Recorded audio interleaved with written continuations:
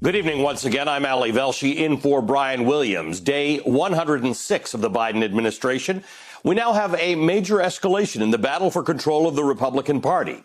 Wyoming Congresswoman Liz Cheney has gone beyond just publicly challenging former President Trump over his false claims of a stolen 2020 election.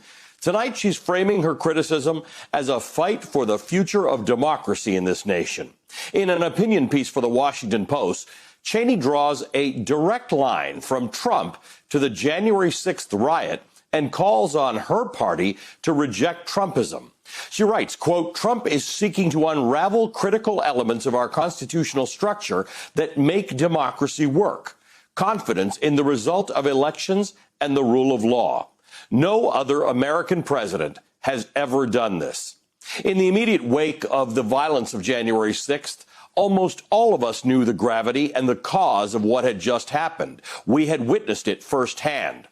History is watching. Our children are watching.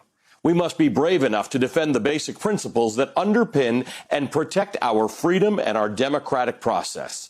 I am committed to doing that, no matter what the short-term political consequences may be, end quote. Among the possible consequences, Liz Cheney's removal as chair of the House Republican Conference, the party's third most powerful post in that chamber.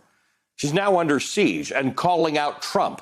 And today, Steve Scalise, the second most powerful House Republican, has joined the minority leader Kevin McCarthy in backing Congresswoman Elise Stefanik of New York to replace Cheney.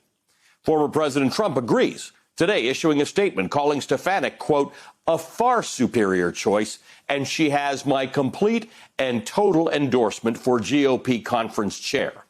She responded on Twitter thanking Trump for his 100% support. This afternoon, President Biden was asked about the implications of ousting Liz Cheney from her post in the House. They're in the midst of a significant sort of mini revolution going on in the Republican Party. We badly need a Republican Party. We need a two-party system. It's not healthy to have a one-party system. And I think the Republicans are further away from trying to figure out who they are and what they stand for. Meanwhile, the Republican leader in the Senate made a point of avoiding any kind of response about the situation in his party. Are you going to do anything to help her keep her leadership position? And are you concerned at the overall kind of trend in the Republican Party that acknowledging that the election is valid can threaten, I guess, your position of power? Yeah, 100% of my focus is on stopping this new administration. Isn't it a concern that a sizable chunk of the Republican base doesn't believe that this election was valid? 100% of my focus is on standing up to this administration. Congress shall make no law, David Jolly. The First Amendment actually speaks about Congress. But what Congress is doing right now, or at least Republicans in Congress, they are attempting to silence the speech of Congresswoman Cheney, who has said what a lot of people believe, that Donald Trump instigated much of what happened on January 6th. This has elevated into a very serious matter for Republicans. It actually now threatens the structure and fabric of the Republican Party in Congress. Yeah, it does, Ali. And it's easy to take the Liz Cheney, Kevin McCarthy story as just one more moment of outrage since Donald Trump has taken his grip on the Republican Party. But I do think this is a moment, this is an inflection point where we kind of have to apply the long lens of political history and recognize that this is answering the question that many of us had, though I think we anticipated the answer. What would a post-Trump GOP look like? Would you see Republican leaders emerge and try to bring the party back just a little bit from Trumpism?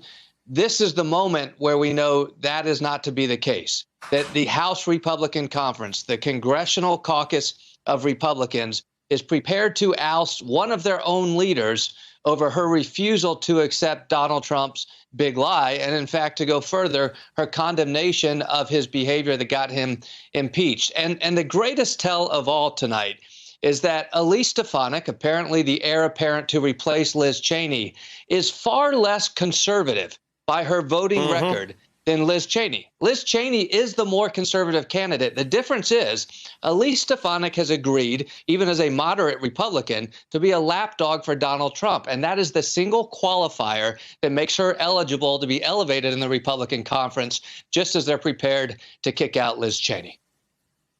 This is a very interesting point for people who don't know Elise Stefanik. She has voted not along lines of President Trump more often than most Republicans have not. She's taken stands that definitely are to the left or not to the right of Liz Cheney. Carol Leonnig, I want to read a little bit from what Liz Cheney wrote today. She wrote an op-ed in the Washington Post in which she is not shying away from her position. She writes, "I am a conservative Republican, and the most conservative of conservative values is reverence for the rule of law. At the heart of our republic is a commitment to the peaceful transfer of power among political rivals in accordance with the law. President Ronald Reagan described this as our American miracle. There is much at stake now, including the ridiculous wokeness of our political rivals, the irrational policies at the border, and runaway spending that threatens a return to the catastrophic inflation of the 1970s. Carol, that last sentence there is the only concession that Liz Cheney made to fighting the left. The bottom line is most of her op-ed, which is published in the Washington Post, was really a criticism of Republicans.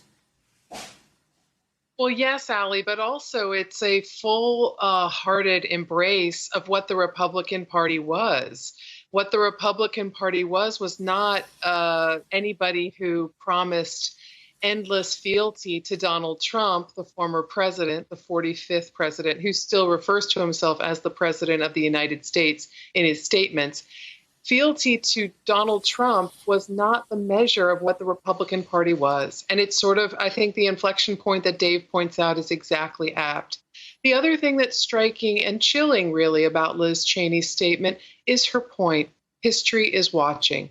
If we're not going to be able to be truthful with voters, if Republican candidates and elected leaders are not going to be able to be truthful about what happened in the election, then really, where are we? What's fascinating is McCarthy has chosen endlessly since the departure of President Trump to support him and back him. We know from reporting that Senate Majority Leader Mitch McConnell is pretty fed up with Donald Trump trying to giddy up, harness this Republican Party and take it for his own. And yet, even today, you see Senate Majority McConnell basically dodging this question because so many voters, so many people still believe the trumpet call of Donald Trump.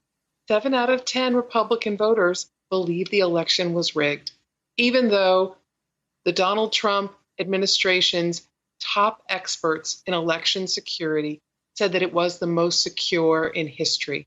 And they audited it and verified it. It was Donald Trump's own experts in his Department of Homeland Security who verified this. And the fact that Republican lawmakers are willing to continue saying this is what has Liz Cheney in such a bind. Hey, thanks for watching our YouTube channel. You should know that you can follow today's top stories and breaking news and catch up on your favorite MSNBC shows all in one place. Download the NBC News app today.